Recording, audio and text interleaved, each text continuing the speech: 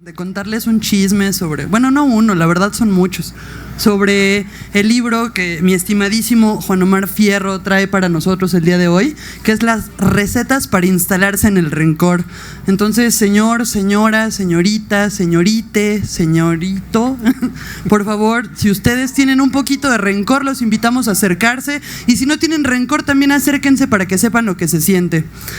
Voy a comenzar a hablar un poco. La verdad lo traigo escrito porque hasta el sábado pasado yo tenía la certeza de que no iba a estar en eventos presenciales este año igual que el año pasado, y pocas cosas me hacen tan feliz como ver gente cara a cara y no a través de un monitor. Y lo cierto es que yo desde niña jugaba a que vivía un momento histórico, y entonces de esa historia que aún no se escribía, yo tenía que hacer algo con mis manos, con mi vida, para lograr salvar al mundo. Y nunca me imaginé que para salvar al mundo tuviera que estar en mi casa y usar tapabocas con dibujitos y evitar abrazar a la gente.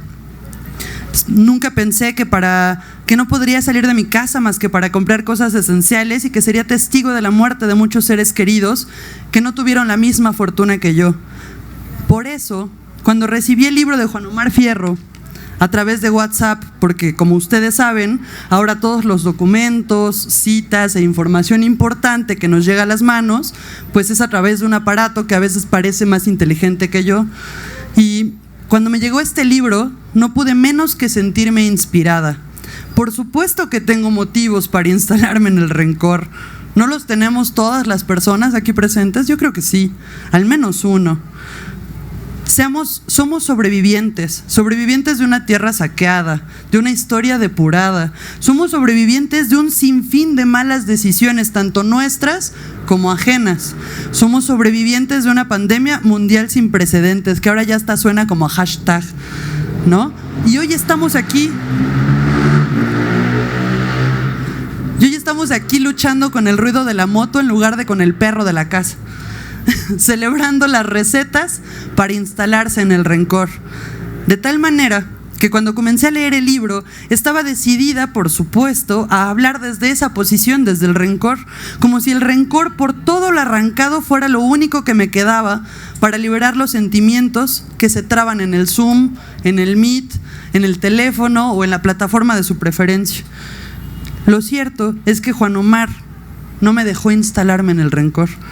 El libro, al que hoy me permito dirigir unas palabras, para empezar, cuenta con 12 capítulos. No están numerados, pero son 12. Igual que los pasos para salir del alcoholismo o para instalarse en él. Igual que las horas que tiene el reloj. Sin embargo, se me olvidó tanto el paso del reloj como los 12 pasos del alcoholismo. Y les voy a contar. El autor aquí presente nos brinda una voz lírica que disfruta entregar una liturgia, sí, una liturgia, para cruzarse de brazos y ser un hombre completo. Habla de un lobo feroz y rastrea las fechas de los primeros merodeos como si se tratara de encontrar el arquetipo detrás del caso Pegasus.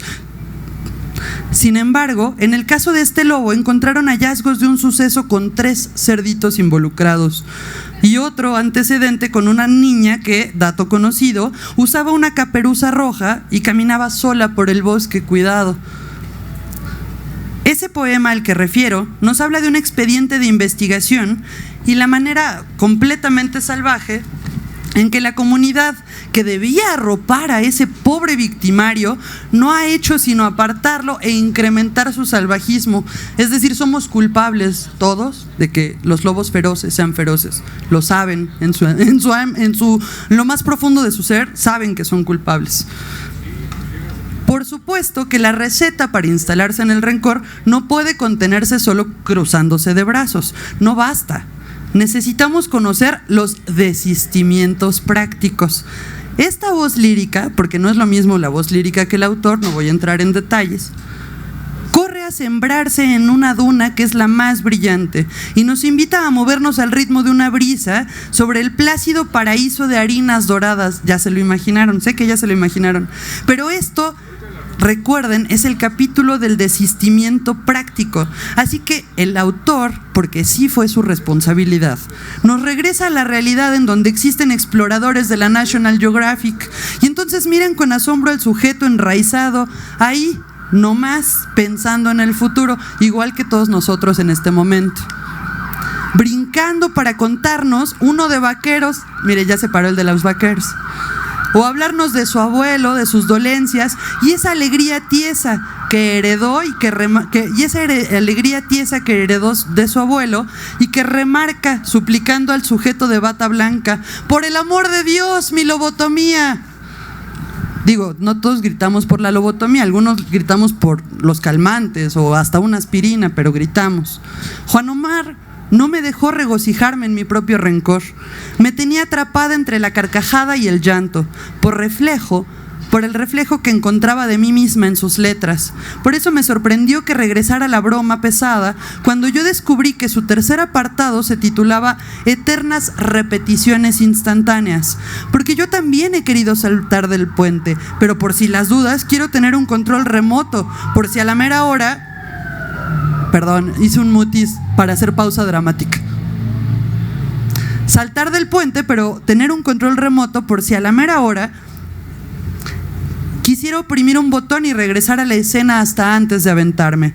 Como si eso me permitiera tener la certeza de que, cito, dejar de existir vale la pena. Yo también he sentido una flor miserable creciendo dentro de mí y me doy cuenta de que se arman constelaciones con millones de muertos al día. Y aunque eso ha sido muy obvio en México después de las estadísticas del COVID, también es sabido y aterrador desde mucho antes del descubrimiento del bicho. También he tenido dudas de último momento y también me doy cuenta de que todas mis dudas son hijas del ocio, igual que la poesía. Y me enojé muchísimo al leer ese capítulo eufórico. Tuve que cerrar el libro un rato e ir por una cerveza para celebrar la vida. Y entonces me senté a leer el epílogo con mucha acción y una lección inesperada. Y poder comprender una ceremonia intermedia. Un epílogo, ni siquiera había llegado a la mitad del libro y había un epílogo. Y ahí yo me sentí una traidora absoluta porque me puse entonces a pensar y a teorizar cosas que a lo mejor no tenía que estar teorizando. Yo estaba ahí para leer las recetas e instalarme en el rencor plácidamente, ¿no? Entonces, ahí, en ese momento, cuando llegué a la ceremonia intermedia, entendí el título del libro. Esta receta para instalarse en el rencor incluye una mordida de desesperanza. Solo es un bocadito reflexivo, pero qué amargo sabe la estrofa, y cito: venimos de días inciertos, emergiendo de los escombros en los que nos convertimos por perder la memoria de antiguas caídas. Porque creo que si todos los aquí presentes nos ponemos a pensar en nuestras caídas, bueno, yo podría decirles que una de mis caídas más importantes comenzó en un momento histórico que comparto con el autor, aunque no nos conocíamos en ese momento. Recuerdo perfectamente, óyelo bien, la noche del 28 de mayo del año 2000. ¿Ustedes se acuerdan qué estaban haciendo ese día? ¿Cómo? Era un día importantísimo en la historia de la humanidad. El día 28 de mayo del año 2000 fue la última visita de Marcel Marceau a México. Y entonces, el entonces secretario de Cultura, cuyo apellido es Aura, decidió invitarlo a la explanada detrás de la iglesia de Coyoacán para que se presentara. Total, a mí me costó cerca de 2 semanas convencer a mi papá para que me llevara. Yo tenía unos 12, 13 años, ¿no? Entonces imagínense una adolescente emberrinchada, en el rencor absoluto por la vida y queriendo ver a Marcel Marceau porque es un gran mimo. Bueno, era un gran mimo. Y entonces mi papá por fin lo convenzo, vamos a ver a Marcel Marceau. Llegamos temprano aquella vez y empezó a haber un diluvio brutal. ¿Recuerdas el diluvio brutal? Sí. brutal. Y entonces la gente, entre queriendo taparse y queriendo ver al mimo, empezaron a aventarse, y luego los de la Secretaría de Cultura deciden sacar las sillitas a último momento. Pues sabemos que el juego de las sillas es tradición mundial para todo mexicano, no importa dónde hayas nacido, si eres mexicano vas a correr a ganar la silla. Y entonces corren todos a ganar la silla. Yo, que había llegado temprano, fui completamente arrollada, me llené en el charco, me regocijé en el charco, no en el rencor, en el charco. Y entonces empiezan todos a gritar, y de repente se oye una voz: ¡dejen oír al mimo! Glorioso, glorioso. El autor aquí presente decide dedicarle un poema a ese momento histórico de mi vida, en donde, después de que todos gritan que dejen oír al mimo, y el mimo, en mutis absoluto, estira sus manos, baja del escenario y no volvió a salir, ¿no? Y entonces esa fue mi primera caída en la vida. ¿Cómo no voy a sentir rencor por este autor que decide escribirle un poema a ese momento histórico tan frustrante para mí? Ahí yo ya me estaba empezando a instalar en el rencor, la verdad. Entonces parecía que el autor, no conforme con que me impedía regocijarme mientras lo leía en el rencor, me estaba recordando mis rencores pasados. Tuvo a bien dedicarle este poema a ese episodio, y comprendí que no importa cuánto silencio puedas hacer, sino cuánto ruido puede provocar un silencio. No lo había entendido cuando era adolescente, y no lo había entendido hasta antes de leer ese poema, pero un silencio puede provocar un ruido escalofriante, y lo vivimos 2 años, ¿no? Si usted, señor, señora, señorita, señorite, extraterrestre aquí presente, deciden adquirir su ejemplar de las recetas para instalarse en el rencor, yo le prometo que no le va a gustar.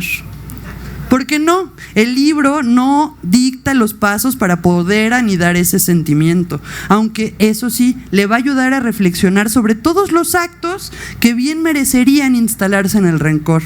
Usted va a hacer un recorrido por esos actos de fe. Usted va a creer que ha encontrado el equilibrio, y hasta va a tener pensamientos, se lo firmo, que le van a hacer empatizar con el feminismo. Usted se va a retorcer en preguntas retóricas y tal vez trate de responderlas. Por favor, si tiene éxito, escríbame. Yo sigo tratando de responder varias de las que vienen ahí. Entonces, posiblemente usted quiera hacer un paseo sobre sí mismo cuando esté leyendo el libro. Usted, aunque no quiera, lo va a hacer. O sea, uno va a empezar a recordar procesos y descubrirá que toda absolución fue cancelada antes de llegar a los ejercicios de demolición. Y aunque el autor titule así un apartado, ejercicios de demolición, usted no va a sufrir una insuficiencia cardíaca, como dice otro título de poema, se lo prometo. Pero eso sí, se va a preguntar hasta por la furia de los huracanes. Y si está como yo, un poquito empapado o empapada sobre temas del cambio climático y la reducción del riesgo de desastres, que ahora ya todos somos expertos en Twitter, vaya, si usted es alguno de esos idealistas como yo, digo para que nadie se me ofenda, yo soy la primera que me ofendo. Si usted es de una de esas personas que, como yo, quiere salvar el mundo, lo siento, crecí en la época de los superhéroes, no de los Avengers. Entonces, si quiere salvar el mundo, es posible que después de leer el libro, usted vaya a querer gritar enfrente de su monumento favorito que los desastres no son naturales, son provocados por el ser humano y sus decisiones. Bueno, este libro es casi una carpeta penal de un proceso acusatorio vuelto versos, que, para los que nos gusta el chisme, nos permite adentrarnos en todo un contexto, conocer los distintos ángulos del amor y el deseo, y nos hace desear una sentencia inapelable. Este libro mira de reojo a los que somos adolescentes de 30 años y un poquito más, y termina apostando todo en una quiniela.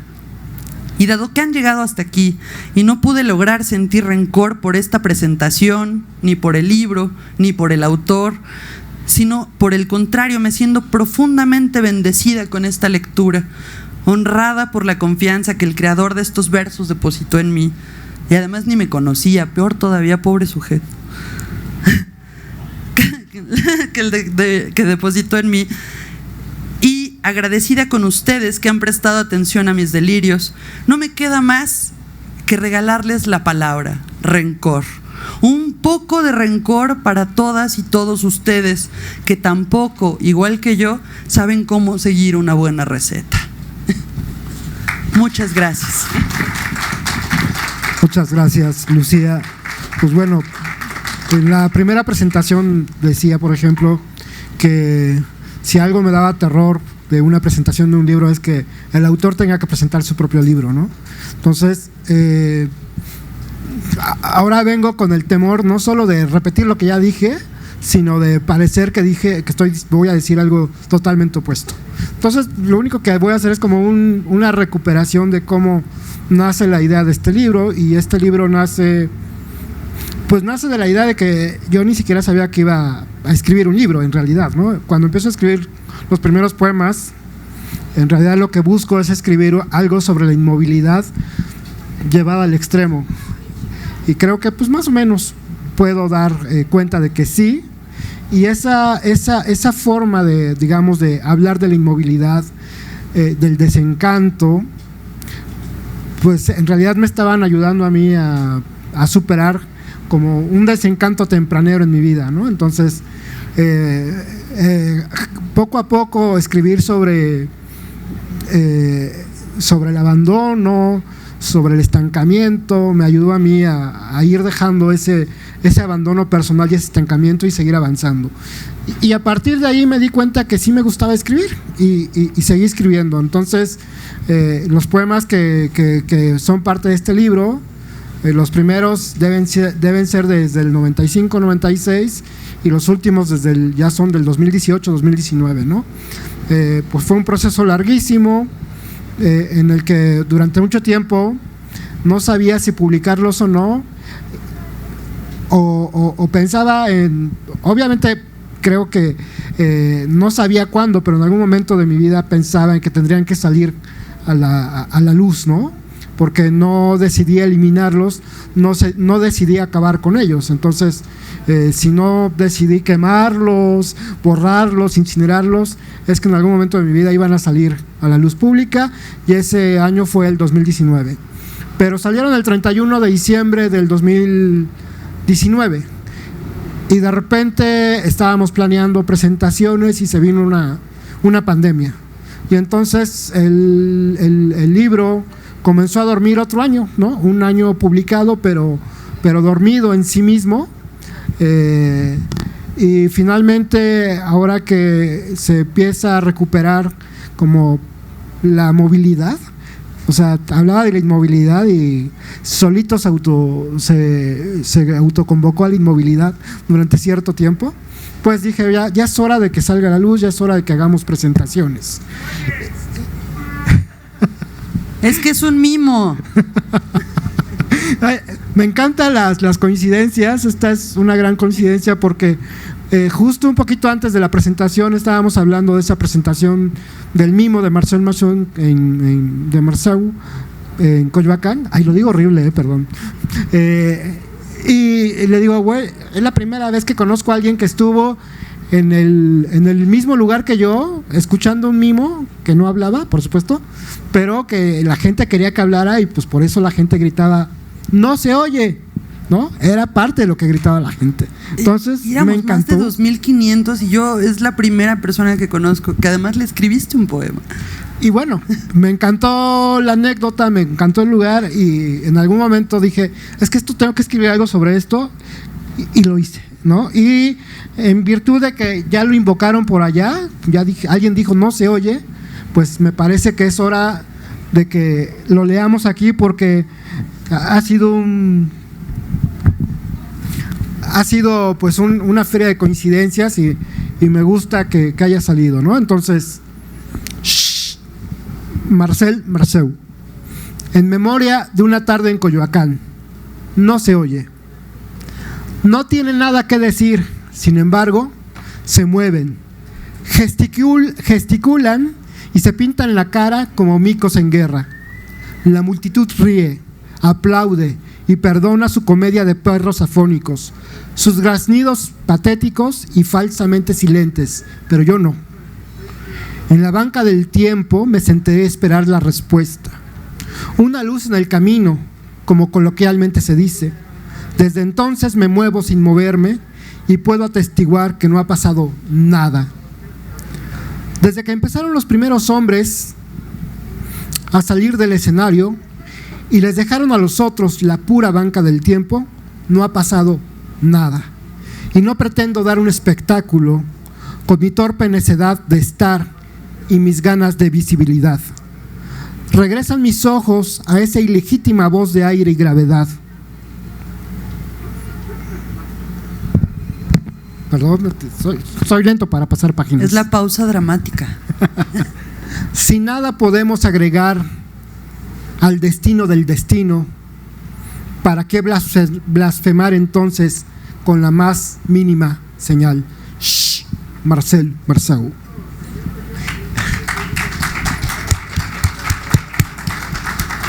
Y bueno, no sé si alguien tenga dudas, preguntas, o si leemos otro poema. Yo tengo 10,000, la verdad. A ver, espera, traigo hasta mis notas porque soy un poco nerd. Ya lo habrá notado el público, la verdad.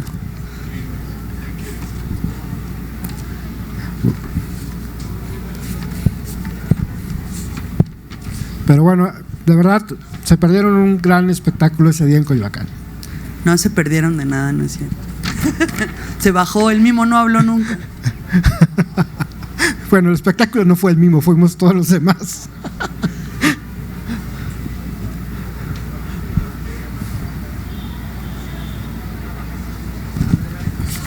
Ahí voy. Pueden hacer preguntas ustedes también. Sí, si alguien tiene alguna pregunta, yo encantado. Ahí va. ¿Tú podrías decir que este libro es una paráfrasis del amor, el deseo o la inmovilidad?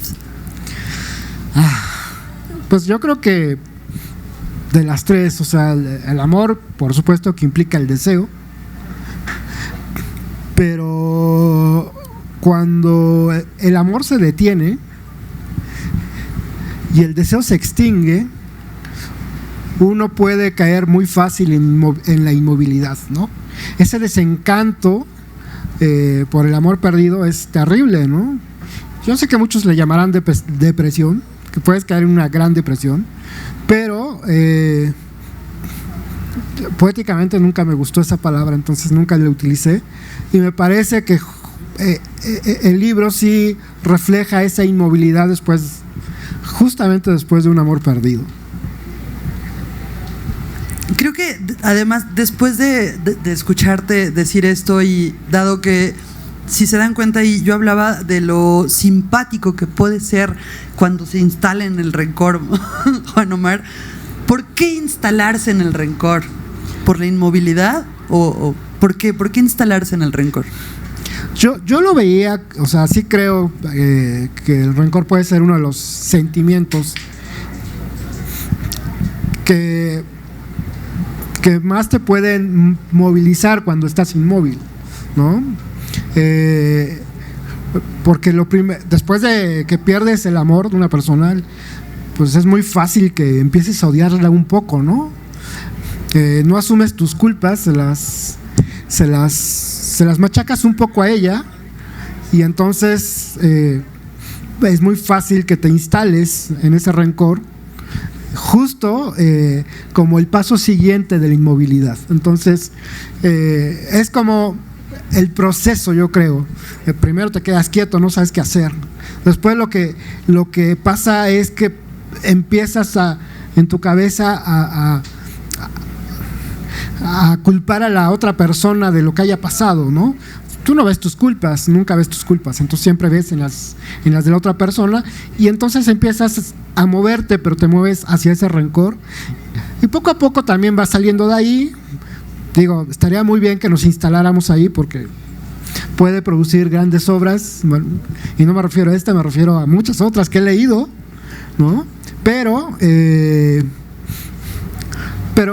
sí me parece como un lugar en el que te puedes detener un poco, por lo menos. Allá tienen una pregunta, no sé si puedan acercar un micrófono, o les acerco o se acerca ella, o cantamos una canción todos juntos mientras se acerca. En lo que se acerca ella, pensando en lo que acabas de decir, ¿por qué no te avientas la epístola del resentido? Ok, voy a ¿puedo leer uno antes, Como preámbulo. Como preámbulo vamos a leer otro poema que se llama Epístola del Resentido. Toda absolución fue cancelada. Érrame con la incandescencia de tus ojos y espera el alcohol destilado de los míos. Pasea desnuda por los jardines de mis manos, que una nube de langostas te servirá de abrigo y un río de piedras va a ahogarte en el silencio. Aliméntate con mi piel ansiosa de ser cebada, mientras la hambruna de mi rabia no te ponga a dieta. Recupera las palomas blancas que has lanzado si quieres evitar la bancarrota de tu primavera. Quítate esos labios hipócritas de todas tus palabras si no buscas comprobar la efectividad de mis colmillos. No podrás con tanto aprendiz en el destierro. Un terrón de azúcar es incitación a las hormigas. Quedará tu estandarte incrustado en mí, mas habrás perdido en la ruleta rusa.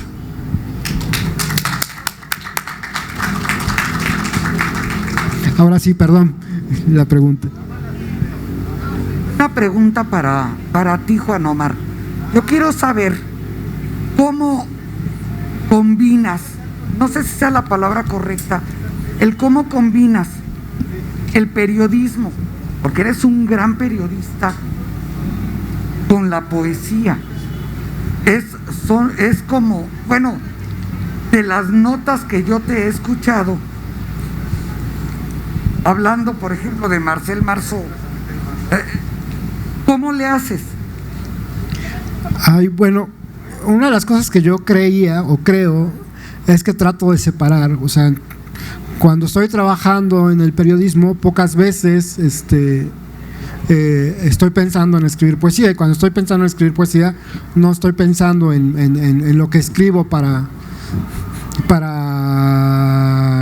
donde trabaje, ¿no? O sea, no estoy pensando en reportajes, a lo mejor sí, pero no en el sentido de estoy preparando algo. Lo que sí he notado y lo que sí he visto es que retomo como algunas estructuras, yo creo, del periodismo para escribir sobre poesía, ¿no? Y eso a lo mejor la hace un poco más ligera, un poco más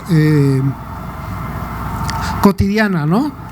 Pero sí pienso y siempre he pensado que la poesía me abstrae de la realidad, me separa de la realidad, o me hace por lo menos ver la realidad de otra forma, ¿no? Cuando escribo un poema, normalmente estoy pensando en aislar un hecho concreto, una cosa muy chiquita a la que me gustó, quiero darle otro sentido, y entonces me olvido de escribir, de cualquier otra cosa. De hecho, sí puedo, o sea, a veces con un poema muy chico puedo llevarme un día o dos, ¿no? O sea, o más, ¿no? Porque además un día o dos lo escribes y después lo corriges eternamente hasta que dices, bueno, ya es, si no, ya va a ser una cosa totalmente diferente a la que escribí y ya no sé si es lo que quiero decir.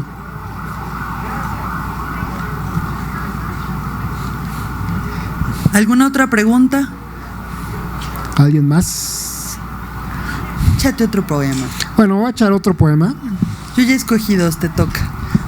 Bueno, uno de los que más me gustan, en realidad siempre me gusta leerlo, que se llama Parte de Guerra, y que sí es parte de este intermedio, ¿no? En este libro, y además es uno de los más recientes, y dice así: no vamos a sobrevivir a tu guerra de baja intensidad, ni a mi paz del periodo de entreguerras.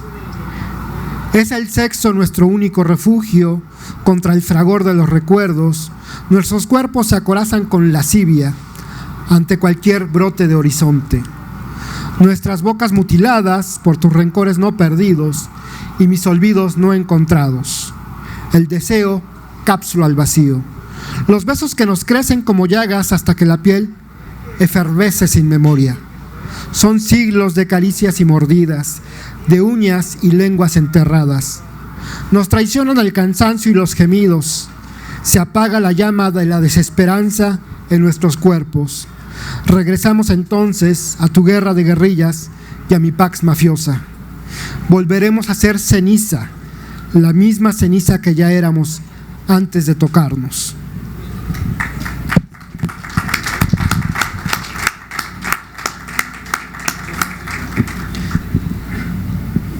¿Puedo leer uno yo? Sí, claro. Es que yo tengo ganas de leerles porque deben saber que el primer tuitazo que me aventé después de avisar que había perdido mi contraseña de Twitter fue haciendo alusión al poema de Lobo Feroz, del que también hablé en esta presentación. Entonces voy a encontrarlo y se los quiero leer. Ojo, cualquier parecido con alguien que conozcan no es responsabilidad del autor. Si usted se reconoce en el poema, haga conciencia. El expediente del lobo. ¿De dónde salió el lobo feroz? Se ignora la fecha primera de sus merodeos. Como no era asunto de interés social, antes ni caperuzas ni cerditos se ocupaban de él. Sin embargo, los novedosos estudios de género han encontrado en este espécimen un atractivo objeto de análisis. Desde que comenzó la investigación, el expediente fue revelador.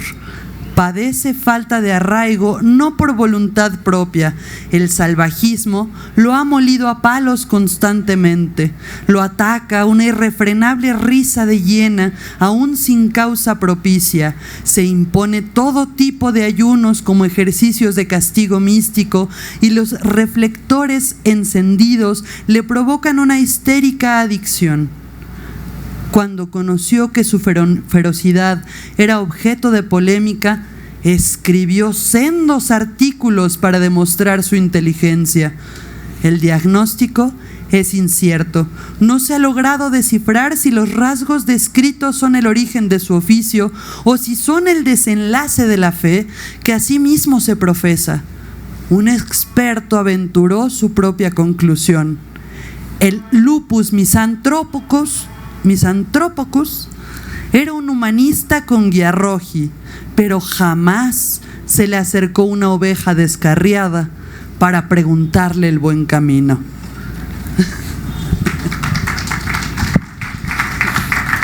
Brutal. Pues bueno, Si no hay más preguntas, la verdad es que los invito a comprar el libro. El hecho de que a mí me haya llevado al alcoholismo, prometo que no es general, es un problema mío.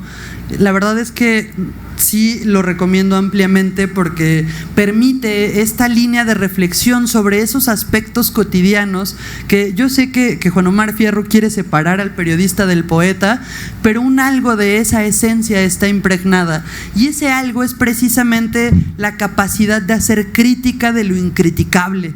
Entonces los invito a adquirirlo de este lado y por aquí mismo estarás firmándolo. Sí, si alguien lo quiere, pero además vamos a tener también a la venta el libro de Lucía Izquierdo, Universo, que lo hubiera querido presentar, pero apenas lo estoy conociendo, pero no me voy a quedar con las ganas de leer un poema al azar, y se los voy a leer, para que también se animen si quieren a comprarlo, que va a estar aquí a la venta también, junto con el mío. Y por cierto, hace rato leí uno, sí, muy rápido,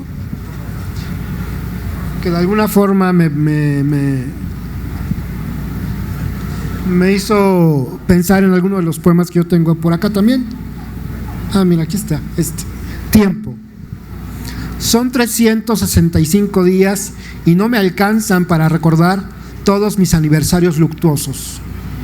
Siempre habrá más estrellas murientes que días. Mi problema es que amo a las estrellas y ellas también, todas deben perecer. Entonces, también pasen por los libros de Lucía Izquierdo, por favor.